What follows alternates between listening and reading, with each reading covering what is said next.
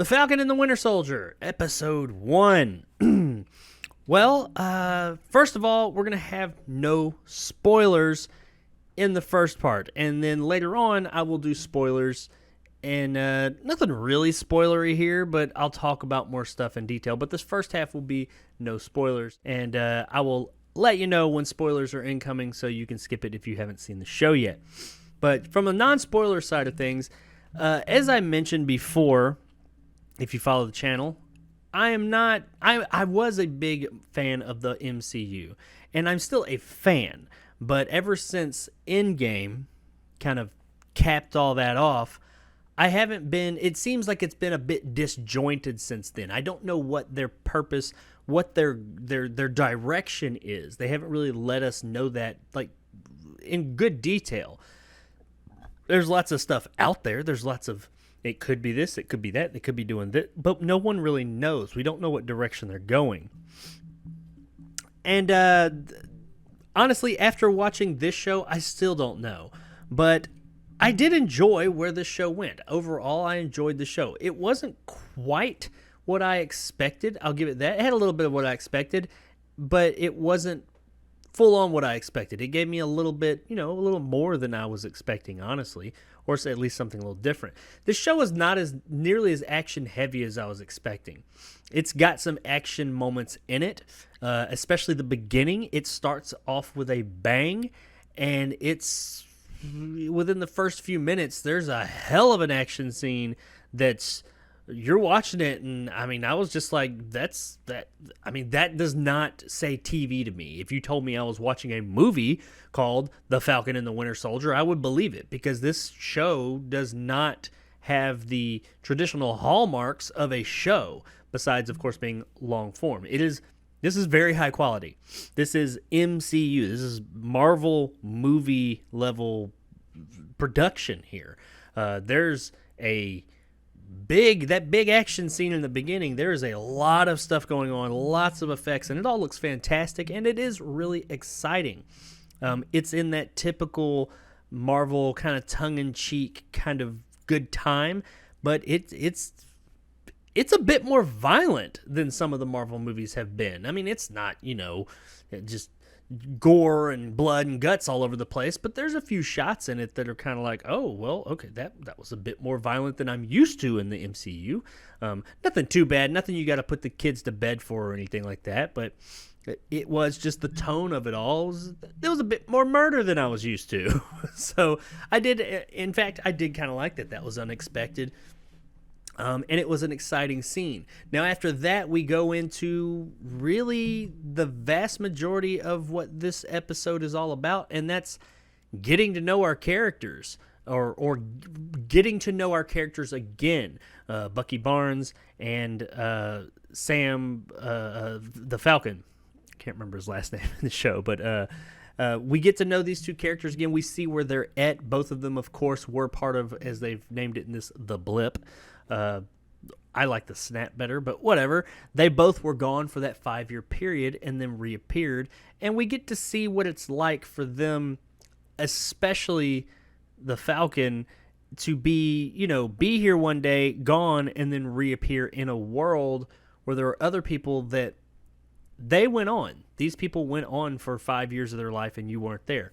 We get to see that a lot more here. I thought that aspect was really interesting. We get to see stuff with his family, his extended family, and how their lives went on, and he wasn't there, and now he's trying to be a part of that.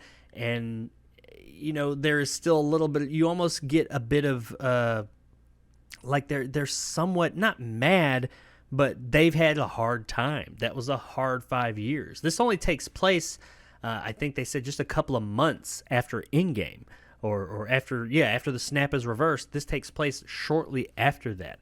So everything that happened in the end of Endgame is still fairly fresh here. We get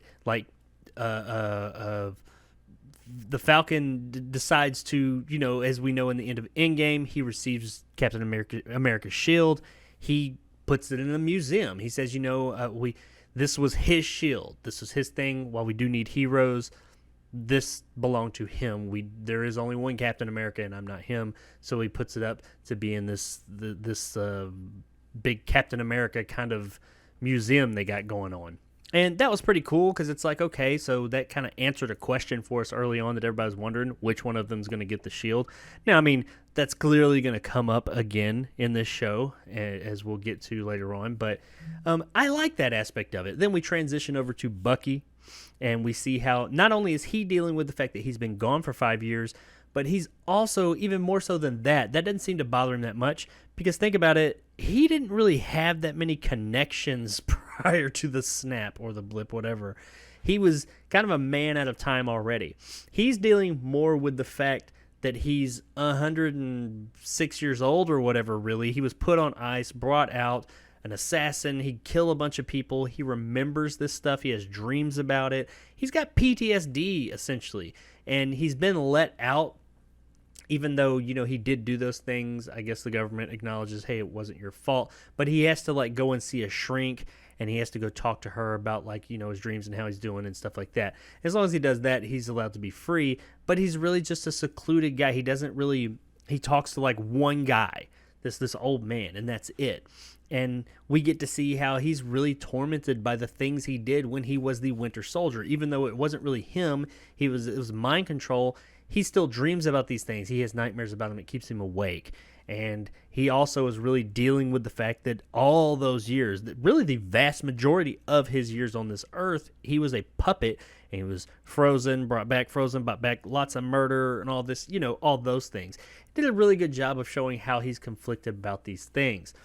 One of the things that really surprised me about the show was this. I don't really consider this much of a spoiler, but these two characters, the whole Falcon and Winter Soldier thing that we've seen in the trailer and everything, that doesn't happen yet. This is about them. This is purely about these guys. This episode is wholly about getting to know these two characters.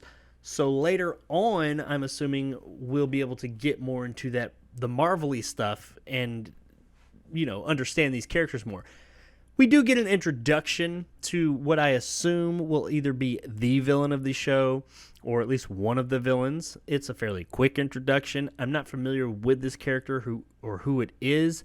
I thought the character was going to be somebody else, or I thought the main villain was going to be somebody else based on the trailer. I don't think this is who that character was, but I guess it could have. You never know, but I don't think that's who it was, not given where we last saw that character in the MCU. I don't know. We'll find out. We don't get a lot on this villain. It's just kind of an introduction. We get a little small taste of what this character is capable of, and then things go on. But yeah, man, that was ultimately what the show was. It's fairly simple. It's just getting to know these two characters. That, and we get a pretty cool, admittedly really cool extended action scene in the beginning with the Falcon. But beyond that, it's just these two guys trying to make it through life. Both of which being men out of time. That's the theme. These two guys are trying to make it in a world that they've been out of touch with for a while. Bucky seeing as how he was the Winter Soldier and frozen over all those years, and Sam because he was in part of the blip. He just disappeared, and everyone he knew and loved kept on moving on, and he came back suddenly, and 5 years just lost. So I really liked how it showed that, and it did take that time. I will give them that. They had the balls for their first episode to have it be a character piece in a Marvel property. I wasn't expecting that. I really wasn't. I was expecting a lot more action and spectacle. And while we did get a bit of that, we got a taste of that, and I think that was really smart. I think that it showed me that this show is going to, at least so far, it seems like it will be concerned with character. And that's what really sells shows, and movies too, but especially long-form TV shows. It's all about the characters. And it really put the time in to show these characters and let us get to know them or get to know them again and build a connection to them and know more about where they're at right now and what they're going through. But it also showed in that beginning, hey, this is still Marvel, and here's our production, and we're not taking the easy route. It's not gonna be all that, because let's give you a taste of what's to come. And that action scene in the beginning was really cool. And if you saw that, it would fit inside of one of their big budget Hollywood, summer theatrical movies with any other scene. It was really good. It's really exciting. Overall, I did enjoy The Falcon and the Winter Soldier. I thought it was a good time. I don't know what I was exactly expecting out of it, but it actually gave me a little bit more. Like I said, it gave me a lot more character, and that's what stories are. That's what sells a show. And I thought they did a really good job of that, showing us what these characters are about. It had some of those MCU quips in it, but it wasn't quite as quippy as some of the other MCU things have been. And I appreciated that, because that can start to wear on you at a time. It was a bit more lighthearted than, say, something like, I don't know, the DCEU. I mean, I watched this probably the day after I watched, or a day or two after I watched Zack Snyder's Justice League. It ain't that. It's not like that dark. It's not really particularly dark, but it's not quite as kind of tongue-in-cheek quippy as some of the other MCU has been up to this point. And I did appreciate that. It was a nice, refreshing look. And I am excited, or at least looking forward to episode 2 and see where they go from here. We've gotten to know these characters again. We see where they're at. I'm ready for the next stage. I want them to progress. If each episode here on out, they progress and move forward, then I'll be happy with this show. And I am interested in seeing where they take this, where they go. They haven't really set up that arc of the show yet. We don't really know. You don't get a lot in this first episode. Like I said, you just get these characters. Get to know them, and I'm assuming next episode maybe we'll get the beginnings of that arc of what the show is going to be really all about. But I'm looking forward to it. I recommend checking it out. It's only about 45 minutes long. Really, if you take the credits out, it's only about 40 minutes long. There's some long as hell credits in this thing. But if you're a fan of Marvel, I think you're going to enjoy this. However, I think you may be taken back a bit by how, after that first action scene, there's not really much action in it. It is very character driven, but that's not a bad thing. Just know this is a TV show. I'm sure we're going to get more action, but action doesn't sell a show. The characters do, and I think they did a really good job with the characters here, and I do recommend checking out The Falcon and the Winter Soldier. Now, let's talk spoilers for just a minute. So if you don't want any spoilers for this show, there's not a whole lot to spoil here, by the way. The last shot, kind of, but there's nothing that's like world-ending, like some of the stuff from WandaVision. So if you're really opposed to spoilers, I'm only going to go on for about a couple of minutes here. So mute it or something like that, or come back to this after you've seen it. But when it comes to spoilers for this thing, there's really only a couple, and that would be that I almost mentioned it, but I decided not to in the spoiler review, or in the spoiler-free part of this review. Bucky and Sam never come together in this. The Falcon and the Winter Soldier never meet in this show, or in this episode. We do not see them coming together as of yet. This is literally just about these two guys. Not once do they meet. They're not even spoken about in the same scene, except for one single time when when Bucky's therapist says you haven't been accepting any calls from anyone. Sam's tried to call you a bunch of times. You haven't accepted his. That's it. There's no other cross between these characters whatsoever. It's all about them singularly until they're going, of course, inevitably, they are going to come together. I liked that. I thought that was very unexpected to me. I kept waiting, okay, when's the part when they're going to get together? I was enjoying what I saw, but I was just like, okay, it's running out of time. Are they just going to come together in the last scene? No, they're not. It's, I assume, next episode they're going to come together. So I did. I thought that was unexpected. I thought they were going to jump into that whole Falcon Winter Soldier thing and kind of the two like doing a buddy comedy kind of buddy cop thing. That's what it seemed like the show was going to be a bit like, or the trailer was going to be. It made it seem like it was going to be. So it was kind of neat that they didn't jump right into that. Also, the whole shield thing in the beginning, apparently Sam gets screwed over by, I guess, the government, because he puts it up there. He says, I'm not going to, Captain America clearly wanted one of them, and it had kind of been passed on to Sam the Falcon to be the new Captain America, or to take up the mantle of the Shield. He passes it off and he says, it's not for me, it's not for anybody. We're going to put it in this museum. And, everybody's like, oh, that was a great thing that you did. And even the people over the museum and the higher-ups in the government, they were like, yes, that was the right thing. You did the right thing. Well, of course, right there at the end of the show, we see on the television, he sees that they're having an event, and those same people are introducing what turns out to be the new Captain America. And this guy just shows up, and he walks out. And he has the goofiest looking face. He's wearing Captain America's, or at least a suit that's similar to Captain America's, and he's got the shield and everything. The helmet, or the face part, that I don't think Captain America's really worn since, the Winter Soldier? The beginning of the Winter Soldier, I guess? But that helmet or mask thing he's wearing, it looks like it's like slightly too big for him, and I think that was purposely because he looks kind of goofy. But he really reminded me when this guy shows up on screen. And of course, everybody's like, oh my, they took it. And that was like really shitty of them. But I mean, were we really surprised? I mean, that seems like the kind of thing that they would do, anyway. But, that's the big reveal in the end that, oh, they screwed him over, got the shield from him. He turned it over to them, and they went and just made their own Captain America. But he looks like the same guy, or the Captain America from the 1990 Captain America movie. If you're not familiar with that, don't watch it, but just look up pictures and you'll see what I'm talking about. He looked like the guy from that, and he came. Well, I don't think it is. That guy would be much older now, but he walks out and just kind of has this face like that, and it's like, I don't know if that was intentional to kind of make him look goofy or not, but he certainly does look goofy. It's not really me saying a bad thing about it. I kind of found it humorous. It was kind of like a oh my moment, but at the same time I was like, oh my, look at that guy. He looks like a fucking goofball. So I don't know where they're gonna take that. If this guy is gonna be like maybe going around and doing his Captain America thing, and they're going to meet up like in the field somewhere, and he's going to be like, I'm Captain America, back off, or something like that. I don't know. Clearly, Sam didn't want the shield, so he passed it off, and I don't know. I don't know where they're going to go with that. It was kind of a bit of a, oh, shit moment, but it wasn't. It was more like a, oh, damn moment instead of like an oh, shit moment.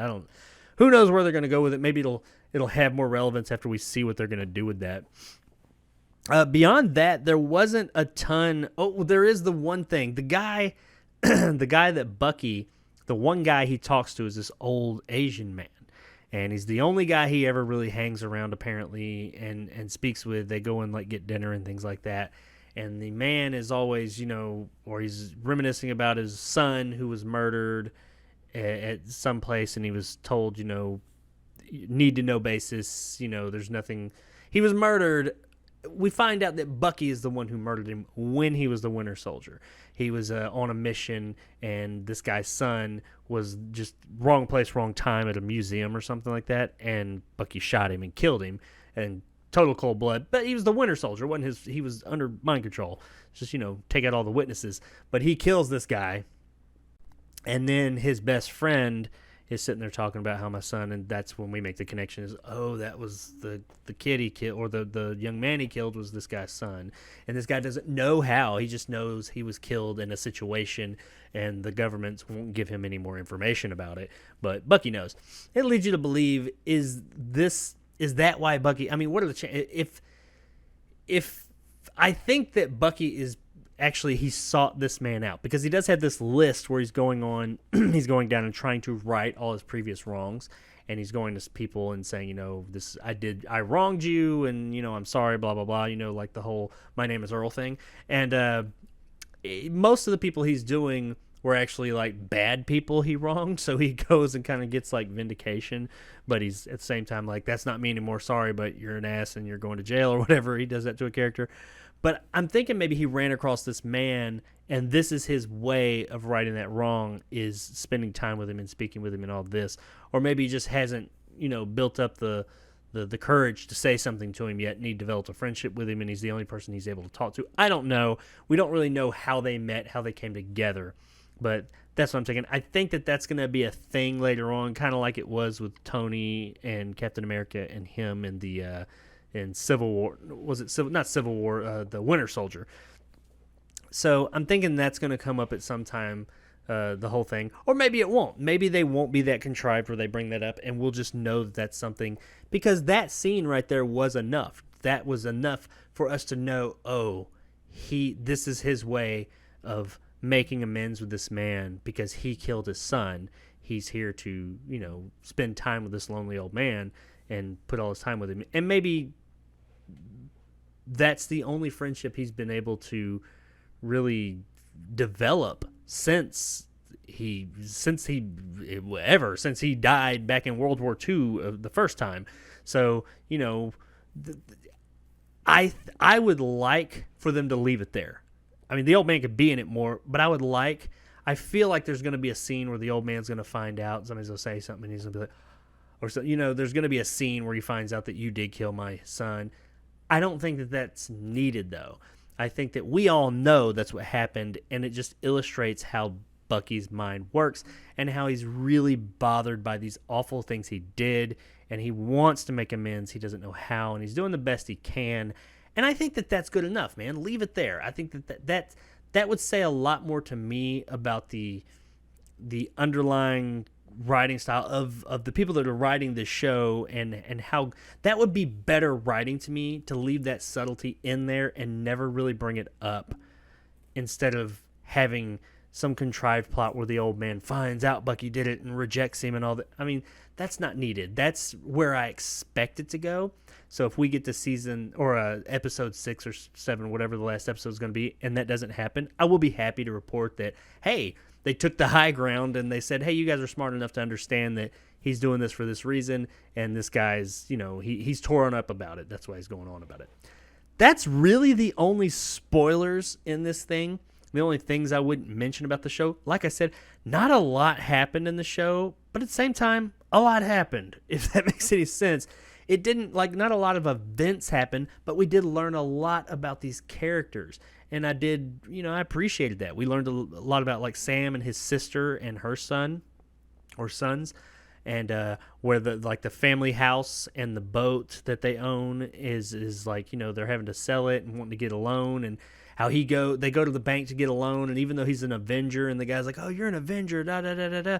But since apparently Avengers don't have steady income, we find that out too, that they can't give him a loan, and the guy's like, well, you haven't had any type of financial history for the past 5 years. He said, yeah, no, I've been gone with all the other people, the other half of the world, for the past 5 years. And the guy's like, well, sorry about that, sorry about your luck, but we can't do business with you. And I was like, you know what, that's how a fucking bank is. That is exactly what they would do. Knowing something like this happened, they would still be like, well, yeah, we know that happened, and that sucks. And yeah, half the rest of the world was in the same boat, but not our fault. Sorry.